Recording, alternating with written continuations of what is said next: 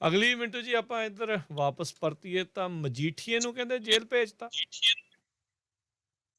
ਹਾਂਜੀ, ਗੱਲ ਇਹ ਆ ਕਿ ਦੇਖੋ, ਮਜੀਠੀਆ ਨੂੰ ਜੇਲ੍ਹ 'ਚ ਜਾਣਾ ਹੀ ਪੈਣਾ ਸੀਗਾ, ਇਹ ਹਿਸਾਬ ਸੀਗਾ। ਹਾਲਾਂਕਿ ਸੁਪਰੀਮ ਕੋਰਟ ਤੱਕ ਪਹੁੰਚ ਕੀਤੀ, ਪਰ ਸੁਪਰੀਮ ਕੋਰਟ ਤੱਕ ਜਾਂਦਿਆਂ-ਜਾਂਦਿਆਂ ਇੱਕ ਗੱਲ ਸਾਫ਼ ਹੋ ਗਈ ਸੀਗੀ ਹੂੰ, ਕਿ ਹੂੰ। ਖੁਦ ਸੁਪਰੀਮ ਕੋਰਟ ਦੀ ਹੀ ਰੂਲਿੰਗ ਹੈ ਕਿ ਐਨਡੀਪੀਐਸ ਦੇ ਵਿੱਚ ਜਿਹੜੀ ਇਹ ਧਾਰਾ ਮਜੀਠੀਏ ਦੇ ਖਿਲਾਫ ਲੱਗੀ ਸੀ, ਕਿ ਇਸ ਧਾਰਾ ਦੇ ਵਿੱਚ ਭਾਈ ਐਂਟੀਸਪੇਟਰੀ ਬੇਲ ਹੈ ਨਹੀਂ ਗੀ।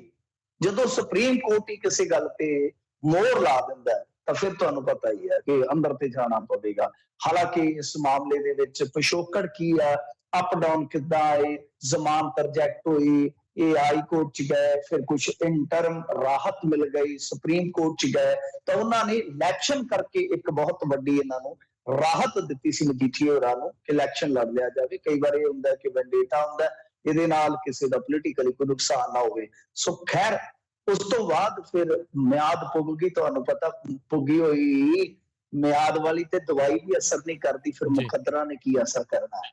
ਤਾਂ ਖੈਰ ਸਰੈਂਡਰ ਕੀਤਾ, ਨਾਲ ਦੀ ਨਾਲ ਉੱਥੇ ਐਸਆਈਟੀ ਪਹੁੰਚ ਗਈ। ਕੋਰਟ ਨੇ ਆਖਿਆ ਤੁਸੀਂ ਪਹਿਲਾਂ ਭੁਗਤ ਲਓ ਬਾਈ, ਤੁਸੀਂ ਪੁੱਛ ਗਿੱਛ ਕਰ ਲਓ ਜਿਹੜੀ ਕਰਨ ਆਏ ਜੇ।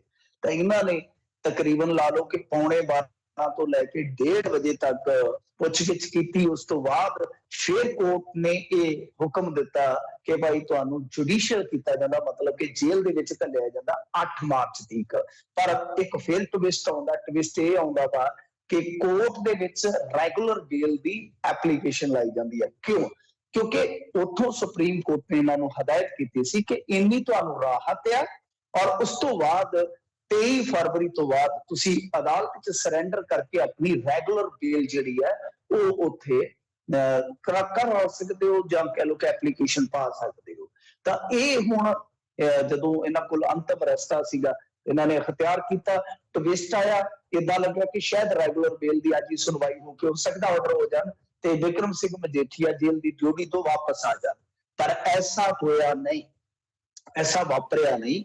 ਕੋਰਟ ਨੇ ਉਸ ਬੇਲ ਐਪਲੀਕੇਸ਼ਨ ਦੀ ਸੁਣਵਾਈ ਵੀ ਜਿਹੜੀ ਆ ਉਹ ਕੱਲ ਤੇ ਰੱਖ ਦਿੱਤੀ। ਤਾਂ ਇਹਦਾ ਮਤਲਬ ਕਿ ਅੱਜ ਦੀ ਰਾਤ, आज की रात मजीठिया गुजारो हमारे साथ, कैदी कहंदे होने कि देखो ਜਿਹੜੀ ਜੇਲ੍ਹ ਜੀ। ਤੁਸੀਂ ਬਣਾਈ ਸੀ ਨਵੀਂ ਜੇਲ੍ਹ, ਉਹਦੇ ਵਿੱਚ ਇੱਕ ਰਾਤ ਗੁਜ਼ਾਰ ਕੇ ਦੇਖੋ। ਤਾਂ ਹੁਣ ਕੱਲ ਨੂੰ ਫੈਸਲਾ ਹੋਏਗਾ ਅਸਲ ਦੇ ਵਿੱਚ ਕਿ ਕਿੱਦਾਂ ਉੱਥੇ ਬਹਿਸ ਹੁੰਦੀ ਆ, ਕਿੱਦਾਂ ਕੋਈ ਫੈਸਲਾ ਲਿਆ ਜਾਂਦਾ ਵਾ। ਪਰ ਮਜੀਠੀਆ ਵਾਸਤੇ ਬਹੁਤ ਵੱਡਾ ਦਿਨ ਰਿਹਾ ਏ, ਬਹੁਤ ਵੱਡਾ ਝਟਕਾ ਰਿਹਾ ਏ ਕਿ ਬਹੁਤ ਲੰਬੇ ਸਮੇਂ ਦੀ ਜਿਹੜੀ ਕਾਨੂੰਨੀ ਲੁਕਾ ਛਿਪੀ ਸੀ, ਕਾਨੂੰਨੀ ਅਪਡਾਊਨ ਸੀ, ਅਖੀਰ ਉਹ ਪੇਸ਼ ਨਹੀਂ ਚੱਲੀ ਜਿੱਦਾਂ ਹੀ ਇਹਨਾਂ ਨੇ ਵਾਹ ਲਾਈ ਸੀ। ਤੇ ਮਜੀਠੀਆ ਅੰਤ ਨੂੰ ਜੇਲ੍ਹ ਦੀ ਦਾਲ ਪੀਣ ਲਈ ਰਵਾਨਾ ਹੋ ਗਏ। ਦੀਵਿਆਂ ਤੇ ਤਾਰਿਆਂ ਦੀ ਲੋਏ ਤੇਰੇ ਸ਼ਹਿਰ ਤੋਂ, ਤੇ ਰੋਂਦੇ ਰੋਂਦੇ ਅਸੀਂ ਜੇਲ੍ਹ ਨੂੰ ਵਿਦਾ ਹੋਏ ਤੇਰੇ ਸ਼ਹਿਰ ਚੋਂ। ਜੀ, ਜੀ। ਅਗਲੀ